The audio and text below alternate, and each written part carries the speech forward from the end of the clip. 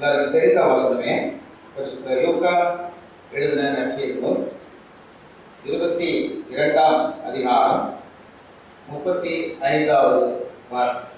பின்னும் அவர் அவர்களை நோக்கி, நான் உங்களை பணப்பையும் சாமான்பையும் பாதரட்சைகளும் இல்லாமல் அனுப்பின போது ஏதாகிலும் உங்களுக்கு குறைவாய் இருந்ததா என்றார். அவர்கள் ஒன்றும் குறைவாய் இருந்ததில்லை என்றார்கள். காலையில் இயேசுநாதருடைய நல்ல உதவிகளை குறித்து அந்த அதிகார மண்டலத்தில் நாம் வாசிக்கின்றோம். விசேஷமாய் சீசர்கள் சற்று குறைவுபட்டார். இன்னும் சொல்ல போனீங்கன்னா இயேசுநாதர் தன்னுடைய வாழ்க்கையினுடைய கடைசி பகுதிக்கு வந்துவிட்டார். இன்னும் சில நாட்களிலே கெட்சமனையிலே வைத்து அவர் பிடிக்கப்பட போகிறார். பிடிக்கப்பட்டு போகின்ற பொழுது எதிர்காலங்களிலே நம்முடைய ஆண்டவர் நம்மோடு கூட இல்லையே, இருக்க மாட்டாரே, இப்பொழுது எந்த குறையும் இல்லையே, ஒருவேளை கர்த்தர் கெட்சமனை தோட்டத்தில் ஒப்பு கொடுக்கப்பட்டு அவர் மடிந்து போவாரே, ஆனால் நம்முடைய நிலைமை என்ன என்று சொல்லி அந்த சீர்சொகை வாழ்க்கையில் சற்று நொந்து போன ஒரு காலம். அப்பொழுதுதான் இயேசு அநேக காரியங்களை அவர்களுக்கு சொல்லி பேதுருவை தேற்றி, நான் போனாலும் நீங்கள் எப்படி இருப்பீர்கள் என்பதை முன்கூட்டியே இயேசு சொன்ன வார்த்தைகளை நாம் தியானித்து இருக்கின்றோம். மறுபடியும் அந்த அவசரத்தை படிங்க. பின்னும் அவர் அவர்களை நோக்கி, நான் உங்களை பணப்பையும் சாமான்பையும் பாதரட்சைகளும் இல்லாமல் அனுப்பின போது ஏதாகிலும் உங்களுக்கு குறைவாய் இருந்ததா என்றார். அவர்கள் ஒன்றும் குறைவாய் இருந்தது இல்லை என்றார். இதே வசனத்திலிருந்து ஒரு வார்த்தையை இந்த மாதத்துக்குரிய ஆசீர்வாதமாய் நான் அதை விரும்புகிறபடியா அதையே தியானிக்க கர்த்தர் நமக்கு சித்தம் செய்வதாக. அதனுடைய முடிவு வார்த்தை நமக்கு சொல்லுகின்றது, ஒன்றும் குறைவாக இருந்தது இல்லை. ஒன்றும் குறைவாக இருந்தது இல்லை. கர்த்தர் கேட்டார், உங்களுக்கு ஏதாவது குறை இருந்துச்சா? ஏற்கனவே உங்களை நான் அனுப்பியிருக்கிறேன், எவைகளெல்லாம் இல்லாதபடிக்கு. முதல் காரியத்தை என்ன சொன்னாரே? பணப்பை, சாமான்பை, பாதரட்சை. உங்களுக்கு இல்லாதபடிக்கு நான் அனுப்பினேனே, அப்பொழுது உங்களுக்கு ஏதாவது குறை இருந்ததா என்று கேட்டார். அவர் என்ன பதில் சொன்னார்கள்? ஒன்றும் குறைவாய் இருந்தது இல்லை. Did you lack anything? Nothing என்ற ஒரு நல்ல ஒரு வார்த்தை. Did you lack anything? Nothing. ஒன்றும் குறைவாய் இருந்தது. இந்த வார்த்தையை நான் பார்க்க உடனே எனக்கு மனதில் தோன்றியது, இந்த மாதம் நமக்கும் ஏராளமான தேவைகள் உண்டு, செலவுகள் உண்டு, குடும்ப காரியங்கள் உண்டு, படிப்பின் அந்த தேவைகள் உண்டு, குடும்பத்தில் எவ்வளவோ காரியங்கள் நமக்கு நடைபெறுவதற்கு உண்டு. ஆகவே கர்த்தர் ஒரு புது நம்பிக்கையை போட்டுவதற்கு சீசர்களுக்கு அந்த வார்த்தையை சொல்லி அவரை கேட்கிறார் என்று பார்க்கிறோம். உங்களுக்கு ஏதாவது குறைவாய் இருந்ததா?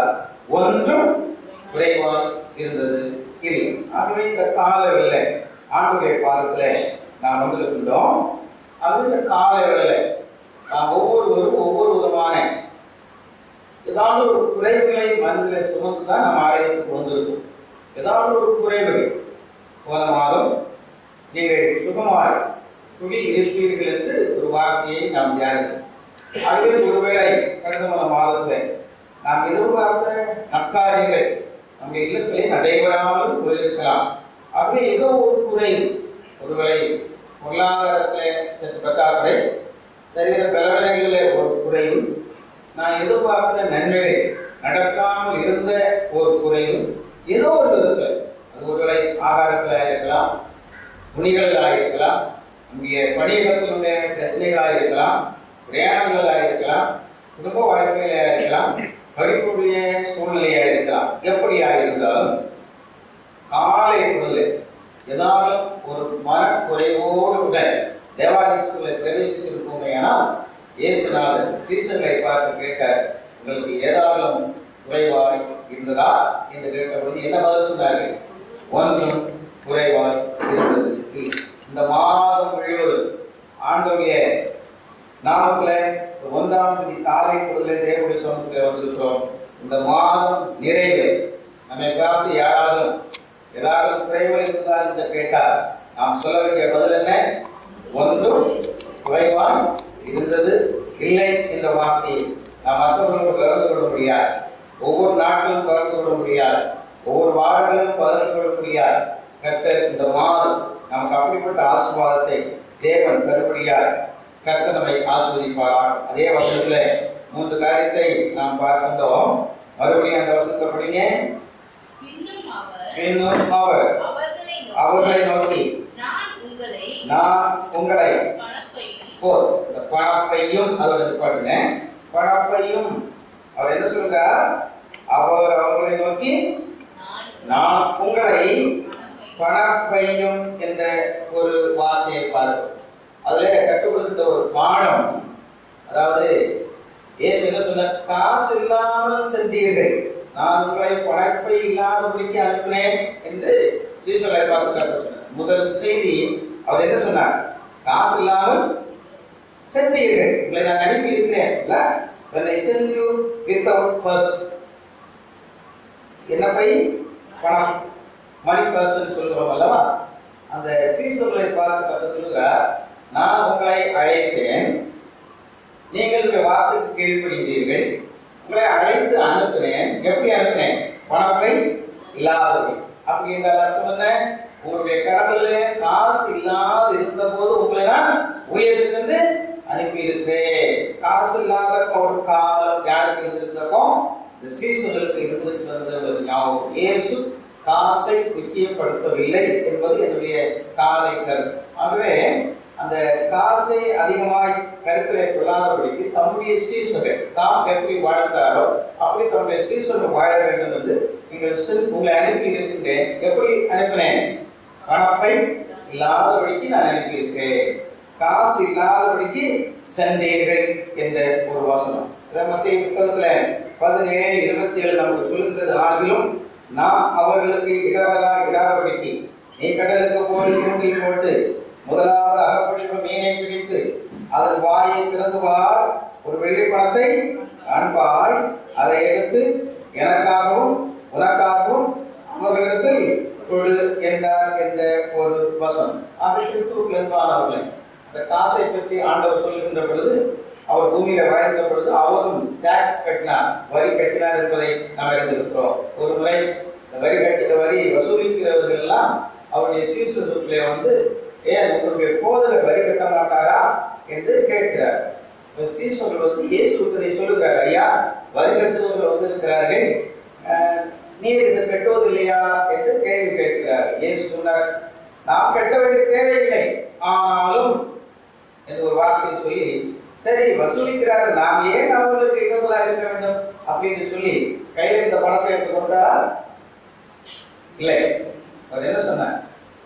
வா கடலுக்கு போ, மீனை பிடி, அந்த முதல்ல பிடிக்கிற மீனுக்கு பாரு, அதோடைய வாயை திறந்து பார், அங்கே ஒரு வெளிப்பணம் இருக்கும், அதை எனக்காகவும் உனக்காகவும் அவர்களுக்கு கொடு என்று காலையில இயேசு நமக்கு சொல்லிக் கொடுத்தார். அப்படின்னா அர்த்தம் என்ன? பாக்கெட்ல காசு இல்லை, காசு பாக்கெட்ல கிடையாது, ஒரு மிராக்கிள். அதுவே நமக்கு கடலிலே பணம் வந்து சேர வேண்டும் என்றால் ஒரு மிராக்கிள், ஒரு அர்த்தம், ஆண்டவருடைய அர்த்தம், கர்த்தருடைய செயல் சிறப்பாக இருக்குமே. ஆனால் நம் பணம் வந்து குவி. அதுவே காலையில ஒன்றும் குறைவாய் இருந்தது இல்லை என்று சீசர்கள் பதில் சொன்னார்களே. பணம் இல்லாத காலத்திலே நான் உங்களுக்கு பணப்பையை தந்து அனுப்பவில்லையே, காசு இல்லாமல் அனுப்பினேனே, குறை இருந்துச்சா? குறை. ஆகவே என்னை கேட்டால் கடந்து போன காலங்களிலே அந்த நாட்கள் நாம் தேவ சமூகத்தில் இன்னைக்கு உட்கார்ந்து கொண்டிருக்கிறோம். எத்தனையோ காலங்கள் நம்முடைய கடன்களிலே பணப்பை இல்லாதபடிக்கு காரியங்களை மேற்கொண்டிருக்கிறோம். பணப்பை இல்லாதபடிக்கு எவ்வளோ காரியங்களை மேற்கொண்டிருக்கிறோம். நம்முடைய பிள்ளைகளுக்கு அது தெரியாது. காசு எங்கேருந்து வருகிறது, எப்படி போகிறது, பிள்ளைகளுக்கெல்லாம் ஞானங்கள் குறைவு, அதை சம்பாதித்தவர்களுக்கு தெரியும். ஆனால் கர்த்தர் சொல்லுகிற காரியம் அப்படி உங்களுடைய நாட்களிலே பொருளாதாரத்திலே குறைச்சல் இருந்தபோது உங்களுக்கு ஏதாவது குறைவு வச்சனா அப்படின்னு சீசல் என்ன சொன்னாங்க? ஒன்றும் குறைவு இல்லை. காலங்களில் நாம் ஏதாவது குறைவுகளோடு வருவோம்னா இவர்கள் சொன்ன பதில் ஒன்றும் குறைவா இருந்தது இல்லை. அதே வருஷத்தை மறுபடியும் படிங்க. நான் உங்களை பணப்பையும் சாமான் பையும் இல்லாத நான் இருந்தேன் அப்படின்னு. இரண்டாவதாக அவர் சீசலை பார்த்து என்ன சொல்றாரு தெரியுமா? பொருட்கள் இல்லாமல் செஞ்சீங்களே அப்படின்னு. முதல்ல இயேசு அனுப்புகின்ற பொழுது என்ன கொடுக்கல? பணப்பைய கொடுக்கல. இரண்டாவது அனுப்புகின்ற பொழுது சாமான் பைய கொடுக்கல. அப்படி என்றால் நமக்கு தெரியும், இந்த பிரபலமா சின்ன வயசு இந்த வசனத்துக்கு ஏன் சரியா புரியல இருக்கிற ஓரளவு புரியுது. அதாவது அவங்க பேரலுக்கு கொடுக்கிற பொழுது தோல்ல ஒரு பை போடும். பணப்பை வேற, பஸ் வேற. இந்த தோல்ல போடுற பை எதுக்கு? ஏதாவது தேவையான பொருட்களை நாம் கொண்டு போவோம். ஒரு நாள் தங்க வேண்டுமேனால் அதனுடைய பொருட்கள், கடைக்கு செல்ல வேண்டுமேனால் அதை வாங்குவதற்கு சில பொருட்கள். ஆகவே ஏதாவது ஒரு பொருளை வாங்குவதற்கு தான் அந்த பை. அந்த பையை இயேசுநாதர் சீசர்களுக்கு இல்லாதபடிக்கு அனுப்பினார் என்று பார்க்கிறோம். கேட்கிறார், இந்த பொருட்கள் வாங்கக்கூடிய பை இல்லாமல் அனுப்பினேன், உங்களுக்கு ஏதாவது குறை இருந்துச்சா? ஒன்றும்.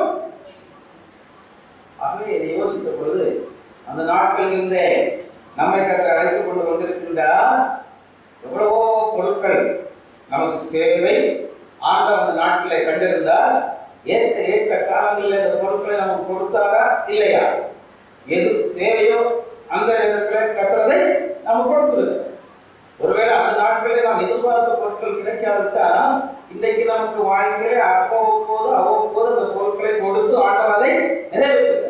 எதையெல்லாம் தேவ சமூகத்தில் ஒப்படைத்திருக்கிறோமோ அதை ஒன்றிலிருந்து ஒன்றாக ஆண்டவர் எப்பொழுது நமக்கு தேவையோ அதை கொடுத்து. ஆகவே பொருட்கள் இல்லாமல் சென்றீர்களே, குறை இருந்துச்சா? ஒன்றுமே குறைவா இருந்தது இல்லை. வேதத்தில் நமக்கு பிடித்த சம்பவமே வந்து ராஜாக்கள் புத்தகம் 17:16 கர்த்தர் எலியாவை கொண்டு சொன்ன வார்த்தையின்படியே வானிலையமா செலவழித்து போகவும் இல்லை, கலசத்தில் எண்ணெய் குறைந்து போகவும் இல்லை. சாதாரண ஒரு ஏழை ஒரு அம்மாவிடத்துல ஊழியக்காரனை அனுப்பி அந்த போஸ்டித்த செய்தியை பார்க்கின்றோம். இடத்துல என்ன இருப்பது? ஐயா, ஒரு குடி மாவு இருக்குறையா, 2 விறக பொறுக்க போறையா, அதை எடுத்துக்கொண்டு வந்து 2 அடையை சுட போகிறேன். அது ஒரு அடை எனக்கு, ஒரு அடை என் மகனுக்கு சாப்பிட்டு சூசைட், நாங்கள் செத்து போக போகிறோம் என்று ஊழியக்காரர்கிட்ட பதில் சொன்னதாய்ப்பா. இங்கே என்ன சொன்ன நமக்கு தெரியுமே. உமா, நீ சொன்னதெல்லாம் சரி இருக்கட்டும், நீ இப்போ கையில ஒரு குடி மாவு தான் இருக்கட்டும், இருக்கிறது போதும், அதை சுடு. அதை சுட்டு ஒரு அடையை யாருக்கு கொண்டு வா? நீ எனக்கு கொண்டு வா. அவள் பதிலே சொல்லவில்லை. ஒரு அடையை முதல்ல சுட்டு தனக்கு பையனுக்குள்ள அடையை கூட பையனுக்கு கொடுத்துருக்கலாம். தன்னுடைய அடையை கொண்டு வந்து அதை யாருக்கு கொடுக்கிறார்? எலியா என்ற பக்தர். வசனம் சொல்கின்றது, என்ன சொல்கின்றது? இந்த பானையில இந்த கலசத்துல எண்ணெய் குறைந்து போக இல்லை என்ற ஒரு வேதம். அந்த காலங்களில் யோசித்த பொழுது எப்பொழுது நமக்கு பொருட்கள் தேவையோ அப்பொழுது ஆண்டவர் அதை கொடுத்து நிறைவேற்றும். பொருட்கள் இல்லாத காலங்கள் இல்லவா? அதுவே அப்போது உங்களுக்கு குறைவா இருந்துச்சா? ஒன்றுமே குறைவில்லை என்றார்.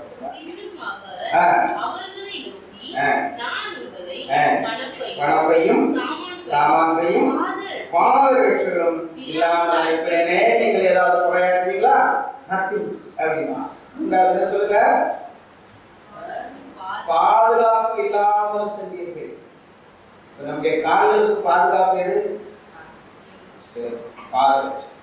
சீசர்கள் பாதரட்சையை கூட ஆண்டவர் போடாத அனுப்பியிருக்கிறார். ஆண்டவருக்கு யாரும் பாருங்க, சீசர்கள் புரிந்து கொள்ள வேண்டும். இந்த பாதத்திலே செருப்பு இல்லாமல் நடந்தால் எவ்வளவு மாடுகள், ஒரு பாதுகாப்பற்ற ஒரு சூழல்.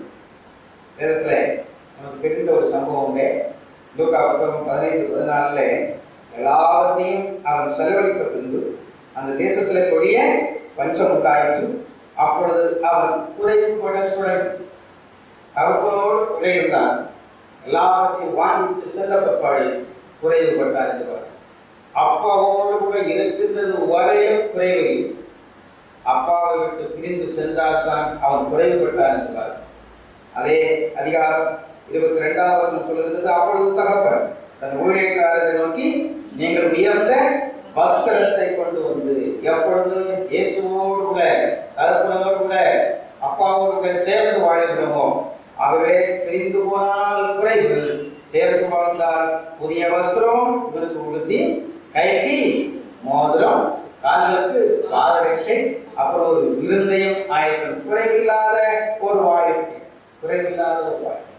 இயேசுவை விட்டு பிரிந்தால் இப்படிப்பட்ட குறைவுகள், இயேசுவோடு பிரிந்தால் பிரிவுகள் இல்லை, குறைவுகள் இல்லை. ஆகவே இந்த காலை பொழுதுல ஆண்டவருடைய சமூகத்தில் நாம் வந்திருக்கிறோம். ஏதோ ஒரு மன குறைவு, ஒரு தேவையுள்ள குறைவு, அது பணமாக இருக்கலாம், எதுவாக இருக்கலாம். நம்ம ஆலயத்துக்கு பணம் தேவை இல்லையா? இந்த பட்டாகிராம் இடத்தை நமக்கு சொந்தமாக்க வேண்டும் என்றால் அது 50,000 ரூபாய் இருந்தால் தான் நமக்கு சொந்தமாக்க முடியும். தேவை இருக்கிறதா இல்லையா? இருக்கிறது. அனுப்பின் பண்டிகை நம் ஆலயத்துக்கு எல்லாருக்கும் இலவச உணவை நாம் கொடுக்க வேண்டும். தேவை இருக்கா இல்லையா? இருக்கிறது. ஆலயத்திலும் தேவை இருக்கிறது. வசனம் சொல்லுகிறது, ஒன்றும் குறைவாய் இருந்தது இல்லை, ஒன்றும் குறைவாய் இருந்தது இல்லை.